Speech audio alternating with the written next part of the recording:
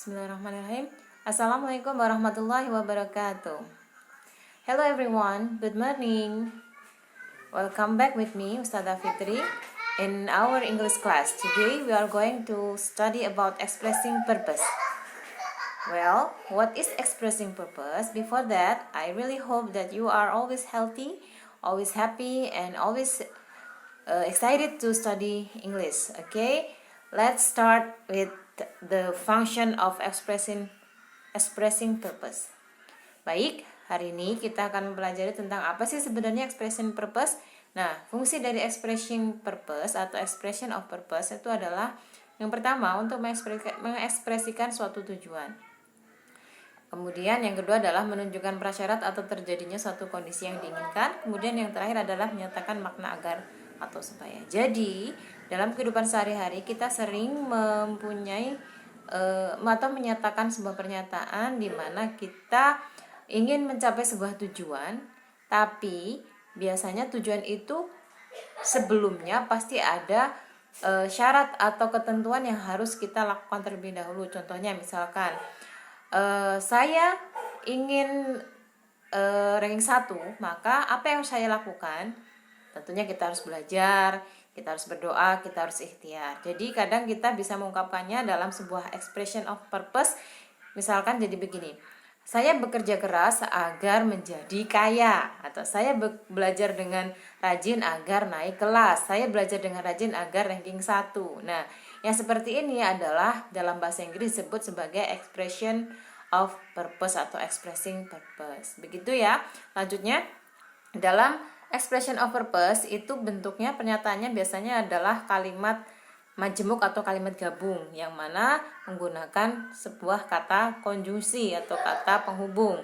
Yang akan kita bahas adalah bentuk-bentuk kalimat yang menyatakan expression of purpose menggunakan beberapa konjungsi. Kita lihat yang pertama, konjungsi yang digunakan adalah to, in order to, dan so as to.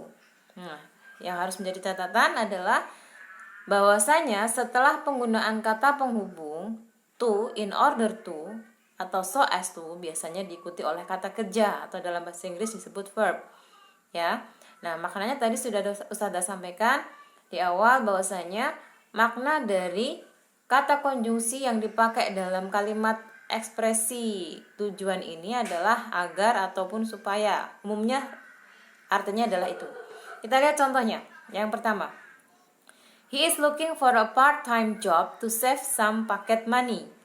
Dia mencari kerjaan tambahan untuk memperoleh uang lebih atau uang saku lebih. Di sini perhatikan setelah kata to itu diikuti oleh kata save. Save di sini adalah bentuk kata kerja. Ya, jadi diingat-ingat setelah to diikuti kata kerja. Kita lihat pada kalimat contoh berikutnya. She wakes up early in order to be on time to work. Dia bangun awal atau bangun pagi agar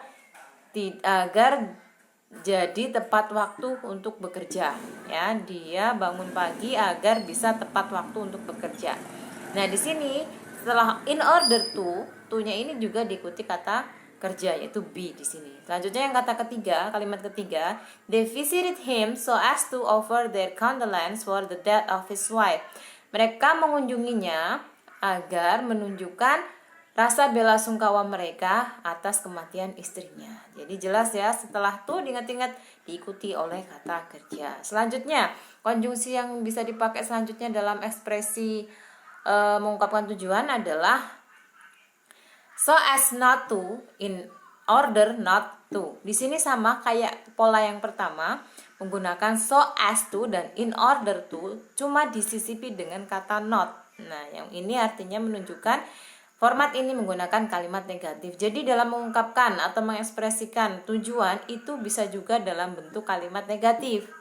Maksudnya bentuknya negatif tapi maknanya bukan negatif ya. Bentuknya yang negatif bukan maknanya. Ya, yang mana artinya jadinya jadi agar tidak dan ataupun supaya tidak.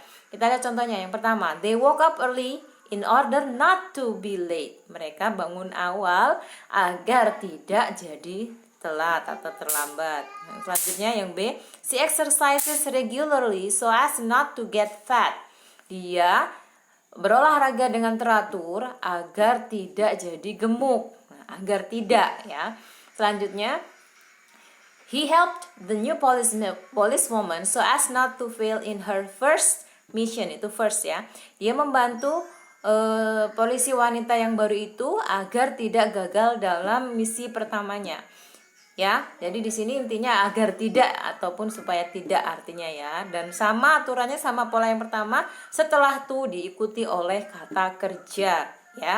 Selanjutnya kata penghubung yang dipakai adalah menggunakan so that.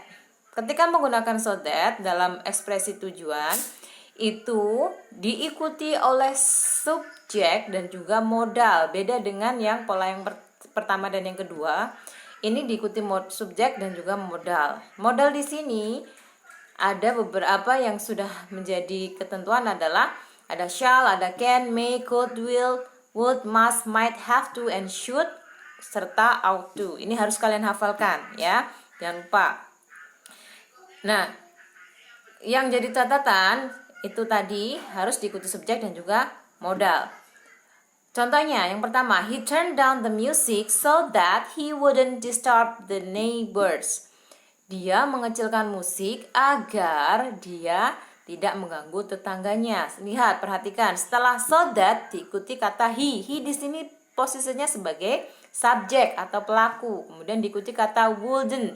Wouldn't itu asal kata dari would not. Berarti would itu termasuk ke dalam modal ya. Jadi so that kata ditambah diikuti oleh subjek, kemudian kata kerja bantu atau modal.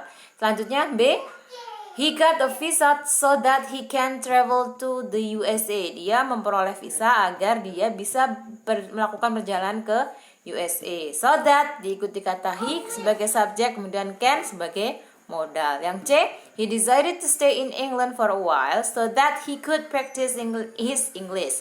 Dia memutuskan untuk tinggal di Inggris untuk sementara waktu agar dia bisa mempraktekkan bahasa Inggrisnya ya. He could, he subjek, could sebagai modal. Next, konjungsi yang bisa dipakai adalah for. Nah, untuk for itu nanti yang jadi catatan adalah setelah for diikuti oleh kata benda atau noun ataupun kata kerja berbentuk ing. Jadi kata kerja plus ing ya. Sama, artinya juga sama agar supaya atau di sini ada catatan khusus yaitu untuk. Karena biasanya lebih cocok kalau diartikan sebagai untuk. Contohnya, I stopped there for a chat. Aku berhenti di sana untuk sebuah percakapan. Ya.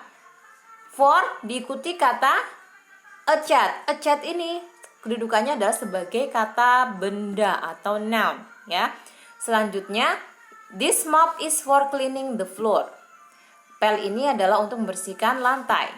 For diikuti oleh cleaning. Cleaning berarti adalah verb ing. Verb kata kerja ditambah ing. Jadinya cleaning the floor, ya.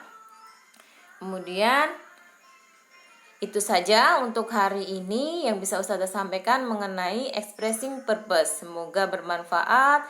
I'll see you next meeting. I'll see you when I see you. Have a nice day. Wassalamualaikum warahmatullahi wabarakatuh.